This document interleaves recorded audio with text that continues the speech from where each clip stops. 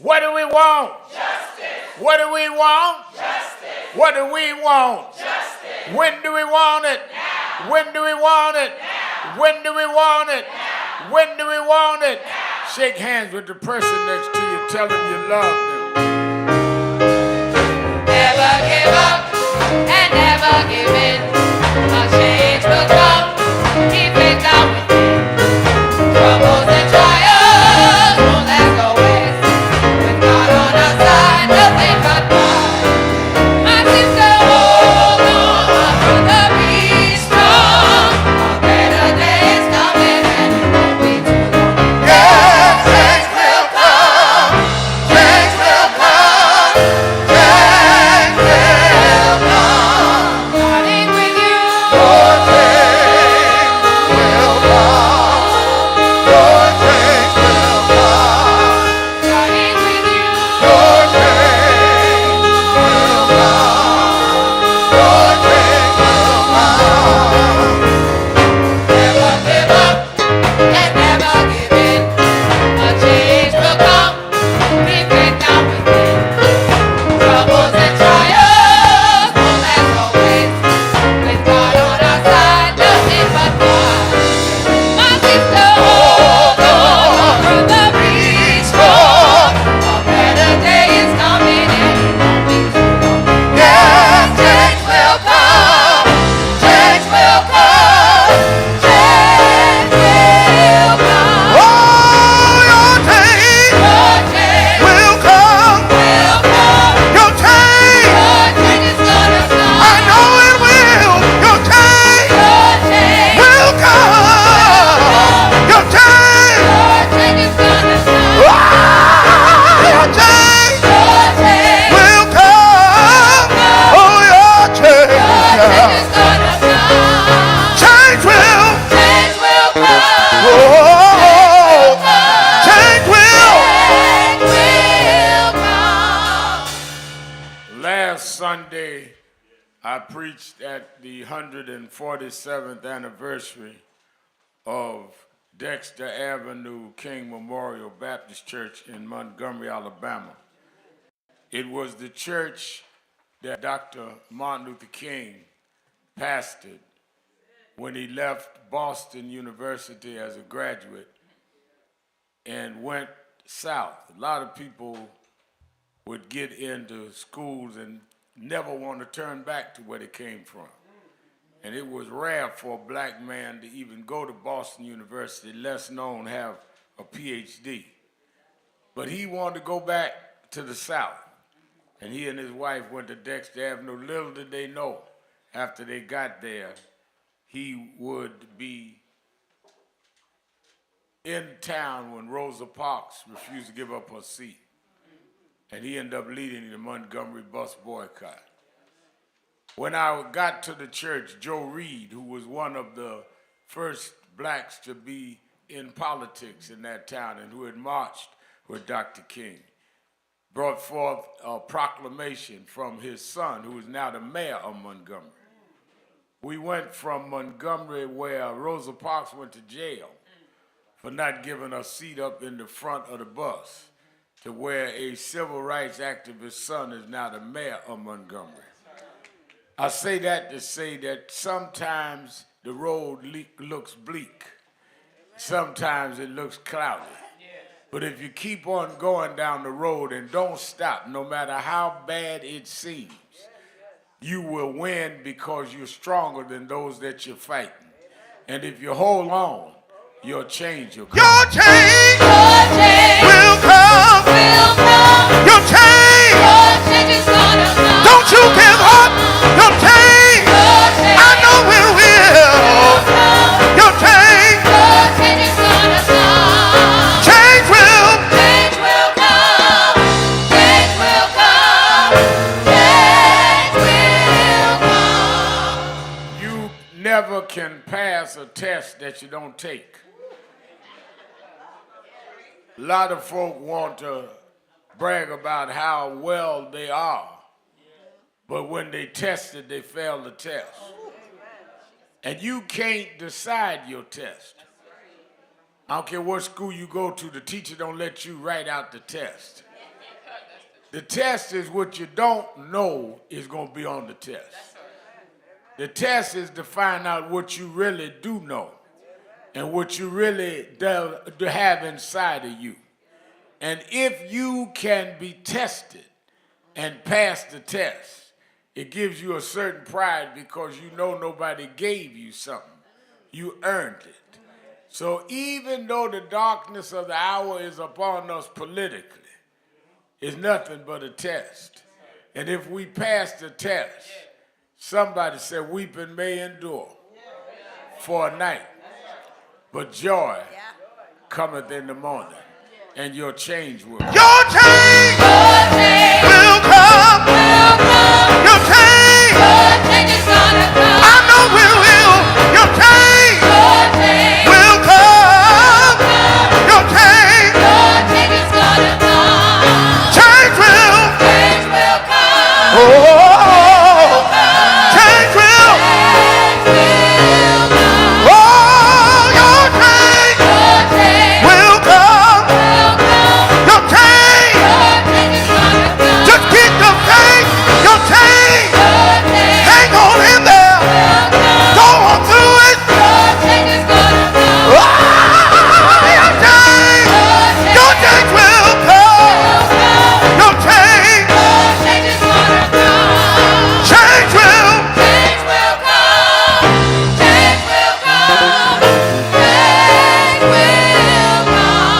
Starting with you.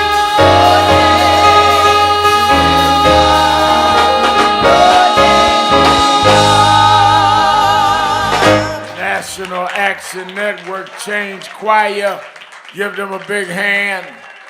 Give them a big hand. Certainly we're happy to be with you another Saturday morning for the Saturday Action Rally. For you that are here live at the House of Justice, 106 West 145th Street in the village of Harlem. And for you that are listening live on 1190 WLIB AM in New York, and you that are watching on various platforms, we're happy to be with you another Saturday for the Saturday Action Rally. Give a hand to our presider, Sister Nancy Darlene Crawford. Our Minister of Music here, Minister Tyrone Richardson. Give Chris and the band some. And certainly we want to give a big hand to Reverend Stockley for that message.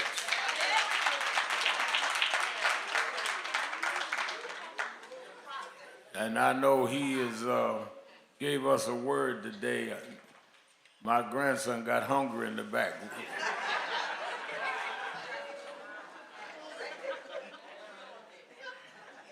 But he broke that thing down. Give him another hand.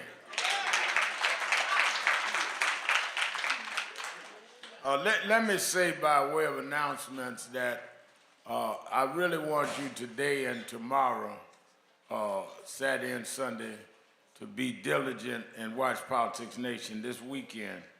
I'm on 5 o'clock MSNBC, and I'm going to deal with, of course, the Neely case, and because the nation needs to understand that, and I'm going to talk about that in a minute. And got some of the lawyers on, and I'm going to have the Attorney General of Minnesota on, Keith Ellison, talk about what's going on in terms of this whole judiciary question. And then tomorrow, many of you may have known that President-elect Donald Trump said that everyone in the January 6th committee should go to jail, those that investigated January 6th. Now, mind you, January 6th was an attempted insurrection to stop the certification of an election, which is tantamount to overthrowing the government. But he said that the committee in Congress investigating it ought to go to jail. including Benny Thompson. So I'm going to have Benny Thompson on my show tomorrow night to answer President-elect Trump. So I wanted to say that in terms of announcements. Let me also say that tomorrow morning I'll be preaching in Brooklyn, New York, Founders Day for Bishop Gerald C. Brooks at Rehoboth Cathedral. And 10 o'clock tomorrow morning is Founders Day, and I'll be at Rehoboth at 55 McDougal Street in Brooklyn at 10 a.m. I just want to get those announcements out the way. And then, of course, I want to, it's cold in here. There's something happened with the heat. I told them to don't let Tony handle the heat.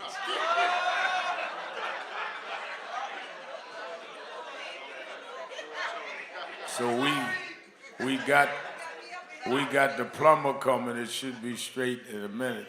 If not, by the time I get into full gear, I'll heat y'all up in here when I get through preaching. But please don't let Tony handle the thermostat no more. Let me say, before I get into anything else, that we are blessed to be a part of history. And history is more important than the contemporary. I was thinking about, I was looking at a tape someone sent me about some of the conventions we had. And we've had everyone from Harry Belafonte to Jesse Jackson to Andrew Young, all of the pioneers of the movement has come through NAN. NAN is an outgrowth of that. And I've seen many 90-day wonders in my time. People jump up, they the new trend in town. And then you never hear from them no more. But it is the long distance runners, the ones that serve in season and out of season, that mean more to us and that make their mark in history. There's a difference between making a trend online. You put something online and get a lot of hits or whatever they call it, clicks. A lot of likes. And then you gone. And a lot of people have become clickbait activists. Just say stuff to get clicks. Clickbait. I'm going to say something outrageous. Get clickbait. They ain't left the house. Home in the bed, eating oatmeal cookies. But they got an analysis on everybody that's on the front line. Clickbait activists. Don't show up nowhere, don't serve nobody, don't do nothing for nobody. And then there are those that are long distance runners. None have been more so that than the Bishop Herbert Daughtry.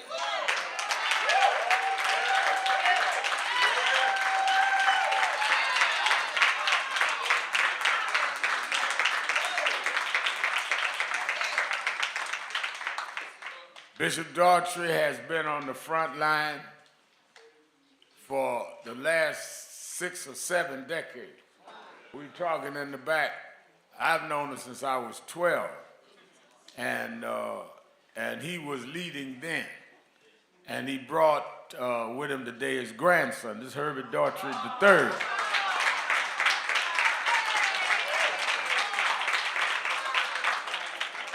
And Herb Daughtry III just started at Tennessee State.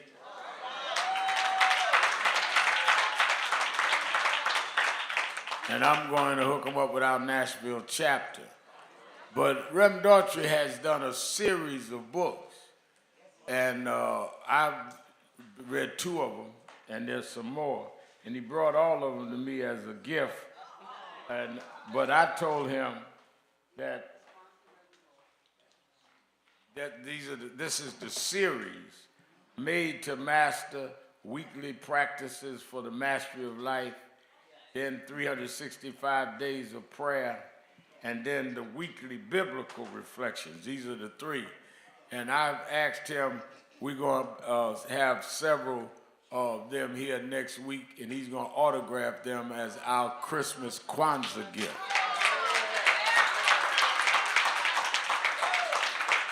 So I want everybody to be here, and we're going to have the books here, and you can get one that you can give. You should get a couple. And we're not even going to charge. We're going to tell you whatever donation you want to give. So don't let Tony tell you it's $20 a book.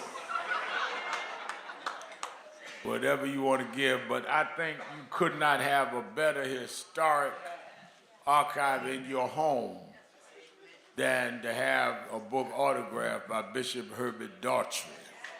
And we're going to do that next week. Come on up, Reverend Brother, well, he's not Reverend, but Brother Gardner I see in the back. He's doing so much in the black business community.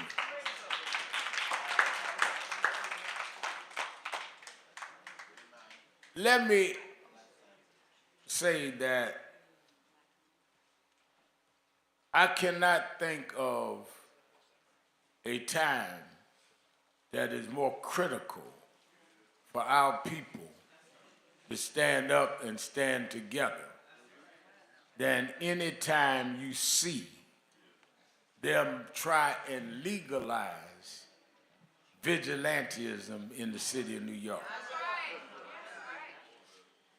The acquittal of this man that killed Jordan Neely is a threat to all of us if we do not move quickly to bring about laws that will safeguard us, as well as to stand with the Neely family. Christopher Neely, stand up. This is the uncle. He spoke here last week. I asked him to be here today. Come sit up here with Reverend Daughtry. I wanted Christopher to be here today because I wanted people to understand that this is not about Neely. This is about Neely represents all of us. To say that it is all right to choke somebody to death because they were unruly or having a mental episode. The danger that is that now you're saying if anyone feels threatened, they can do whatever they want to anybody on the subway. Because with Neely, well, it was he was making noise or he was saying things. Well, suppose somebody say, well, the guy looked at me and I felt threatened. I mean, where does the law start? It opens up the door for civilians to decide on their own what the punishment is going to be. That's the danger. And for this case to go unanswered is a threat and an affront to all of us. Now, the testimony was he was unruly. He had some issues, mental issues. Well, first of all, he'd gone through a lot. Mother killed. Had to be raised by his aunt, uncle. Out there in the streets, battling various situations in his life. Gets on the train. Maybe he said something. Maybe he screamed. Maybe he did all they said. That is why you call police. You do not become a vigilante and take the law in your own hands. That is why the prosecutor brought the case. Either you have law or you don't have law. If everybody can decide that they're going to enforce whatever they feel is safety law, then why do we have police? One of the guys that helped hold them down said that's enough. But the epitome of an insult is not only did the the person that choked him, Daniel Penny, Daniel Penny, not only did he not show any remorse for the death of a young man, now the vice president-elect, J.D. Vance, invited him to go to the football game with President Donald Trump and him today.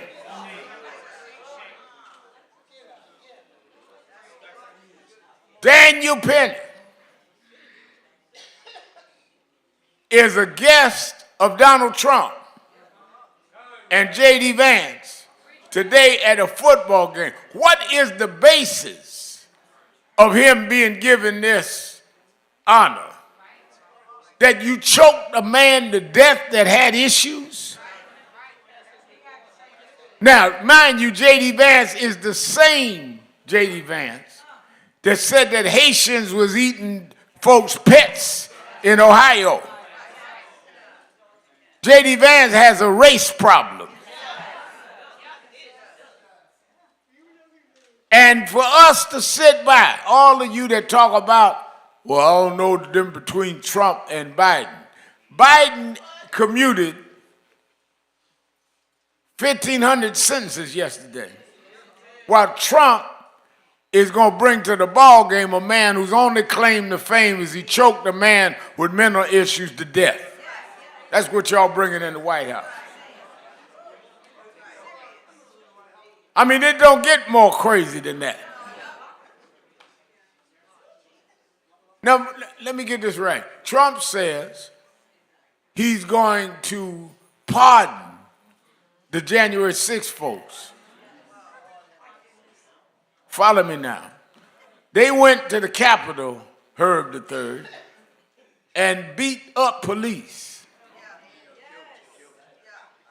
Some got killed. There was a result of 5 deaths that day. But they beat up police. They called for the killing of Vice President Pence. Didn't nobody choke them. Trump want to pardon them. Didn't nobody stand up and stop them. And the police that tried to protect the Capitol was assaulted. But you want to pardon them.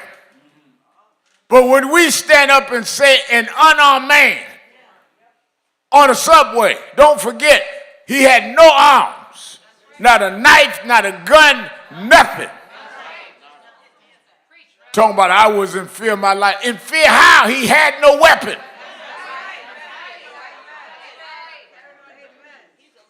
So anytime any of us walk on the train and you feel threatened, you're now saying you can do what you want with us, and the answer is the President of the United States to take you to a ball game? And I got to beg you to stand up and fight?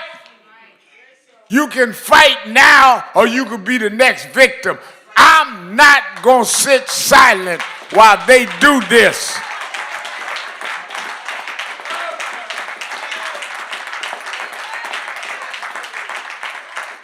Jordan Neely could have been my son. Jordan Neely could have been your child. And when we stand with the Neely family, we're standing for ourselves. This is not about who going to get on the news and who going to do this. This is about standing up for the dignity and righteousness of our community.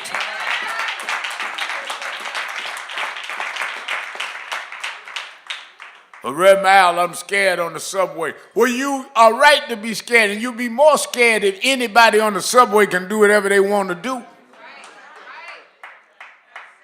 The acquittal of this guy Penny is a threat that further cause fear on the train.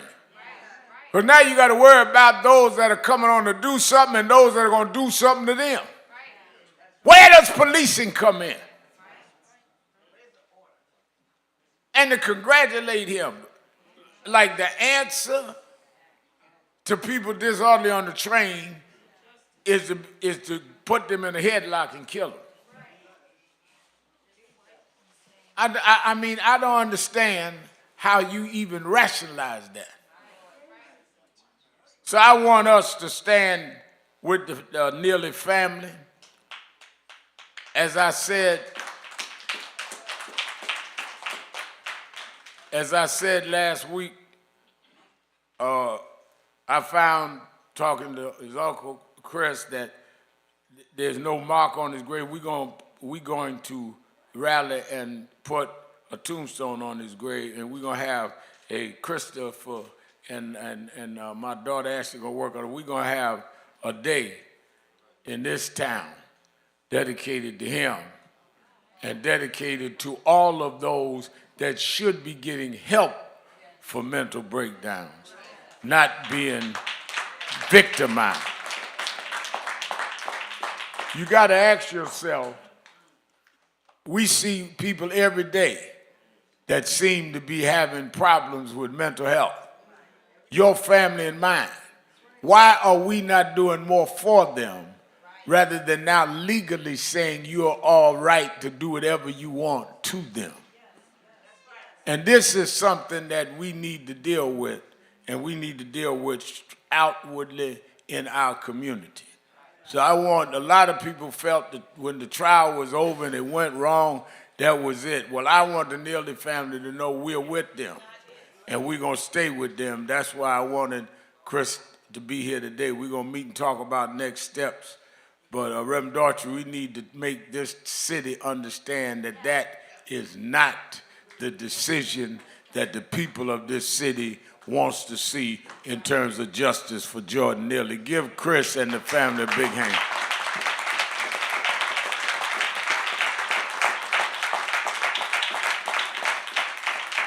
I want Chris to be able to say a few words and then come and finish my message. I know he wants to thank the community for standing with him. Give a hand, the uncle of Jordan Neely, Christopher Neely.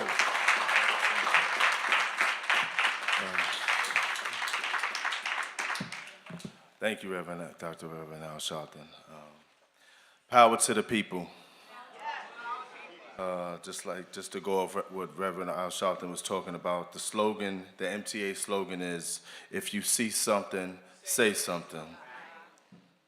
As you already know, on December 9th, 2024, we lost the fight for the battle for justice for my nephew, Jordan Neely. During the trial, we had our own people that looked like us in high positions that we put them in, only to go against us as planned. We hired them to be our hero, but they only cocooned into a coon. They came to us as sheep, but inwardly they are ravenous wolves. So today, my own people, I want you all to know who is a hero and who is not a hero. A hero is Dr. Martin Luther King Jr. A hero to me is Gaddafi, who was selfless in saving his people and uplifting them until he was murdered. A hero is Marcus Garvey and the Garveyites. A hero is a mother that raises her children despite her conditions. A hero is someone that can think universally for the people, everyone in that situation. A hero is Wallace Farad Muhammad and Elijah Muhammad. These two individuals helped raise their people from being mentally dead in the wilderness of North America through oppression and freed them through the knowledge of themselves. A hero is Assata Shakur that fought against the injustice in America. The Black Panthers are heroes. The National Action Network are our heroes. Hawk Newsom and Shavonna Newsom are our heroes. A hero is Abiodun Mawoli, founder of The Last Poets, who has been providing food, clothing, shelter, knowledge, and poetry for all our people in the struggle for over 50 years. And it's been over 30 years since I've been a part of that righteous movement. A hero is the brilliant Cynthia Harris that gave expert testimony during the Jordan Neely trial. A hero is someone that saves a life. A hero is Dr. Reverend Al Sharpton.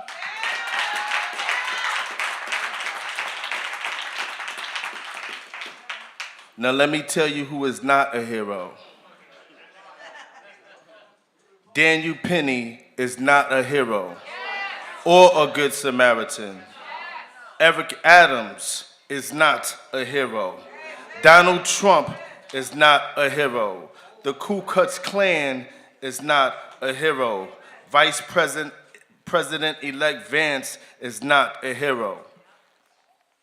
I'm not surprised by Vance inviting Daniel Penny to the military's football game today, immediately after the guilty verdict. The Klan has always celebrated after a lynching gone good. Birds of a feather flock together. All devils dine, eat swine, and live off of the black man's grind, even your own kind. I just know that Eric Adams wished that he could have been invited to the Devil's Suite as well, so he can watch the chokehold video with them over and over and over and over again. Jordan Neely was not considered to be a citizen, a human, a man, none of the above. Jordan Neely was considered a crackhead, a bum, a drug addict, mentally ill, unable to be helped or assisted. That's how Jordan Neely was known to the jury and to the audience of the courtroom and to the media. But Jordan Neely was more than that. He was my sister's son, my nephew, my love. He was an artist. He made people sad, smile, even while dealing with his own pain. He converted negative energy into positive energy through dance, through singing, through love. Jordan was handsome. He was a high school graduate. Jordan was my nephew. Today I'm calling on all those on earth that looked at the choke footage of Daniel Penny killing Jordan Neely to stand with me and our people and donate to the Jordan Neely Fund for Unity. I'm calling on Martin Lawrence, Will Smith, Chris Rock, Dave Chappelle, D.L. Hughley, who has been following this case from the beginning and showing the injustice on his own social media platform. I'm calling on Jay-Z. I'm calling on Brooklyn. I'm calling on Harlem. I'm calling on Oprah Winfrey. I'm calling on the Roots. I'm calling on the Wu-Tang Clan. I'm calling on the gods and the earths. I'm calling on the Israelites. I'm calling on the Fruit of Islam, the FOI, the brother group of the Quraysh tribe of the Far East. I'm calling on the Nation of Islam. I'm calling on Farrakhan. I'm calling on the bloodline of the Stono rebellions. I'm calling on our own people. I'm calling on God's children to come together and help fund the Jordan Neely Fund for Unity. This fund is to help assist us in each and every way possible. This fund will assist in helping us connect our communities together, starting in all boroughs, but hopefully moving to different cities, because the devil is everywhere. And as you can see, we need to start being there for our people everywhere.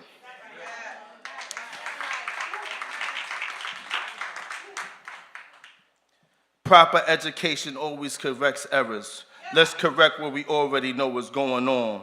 Peace and power to our people. No justice, no peace.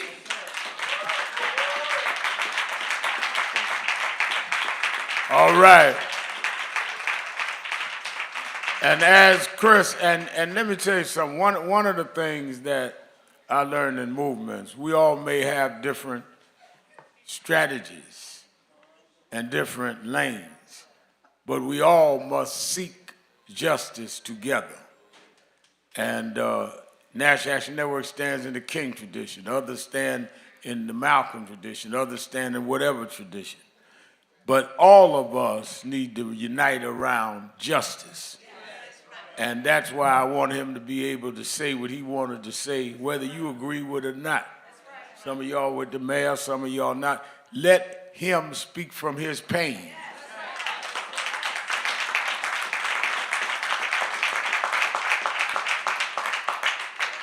And I think that's why we have a House of Justice. A lot of you, I don't agree with half of what y'all say, but I agree that we all have to have justice. But let me say this much: there is unity in the fact that his nephew should never have been victimized like that, and there's unity in saying that anyone that justifies it or applauds it like the president-elect is doing today, all of us are united against that. And all of us are going to support this family in fighting for justice in whatever way they seek to do it. And I think that's important. That's one of the reasons why I tell people that when we had the House of Justice open, I don't care what religion you are, what you believe, if it's about justice, you're welcome here. And that's what we're about. People telling me there were different groups that were down at the courthouse, and I said, you're down at the courthouse for justice. We have different tactics. We have different ways we do things. We have different religious views. We have different ways that we have strategies. But if we all in front of the courthouse stand in unity for justice, they ain't got to like you. And you ain't got to like them. I ain't crazy about half of y'all in here today. But it's about the objective. And what can bring us together, we need to come together on. Nobody asked Jordan Neely what church or mosque he went to. Nobody asked him what ideology he went and followed. Nobody asked him, did he vote for Eric Adams or Maya Wiley. They saw a man that they felt was vulnerable and that they did not expect there'd be a reaction to. And it is our job to say that we are not going to let it go down like this. We are going to stand with the family no matter what they believe in.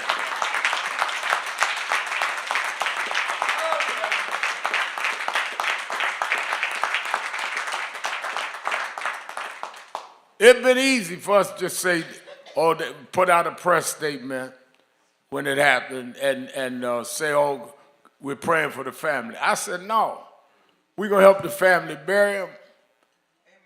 And they say, well, who going to do the eulogy? I'm coming myself. I didn't send an assistant. Because this is wrong. And they ain't same church as me, same situation as us, but we all understand each other's pain. I never forget, Chris, that brother came by the house.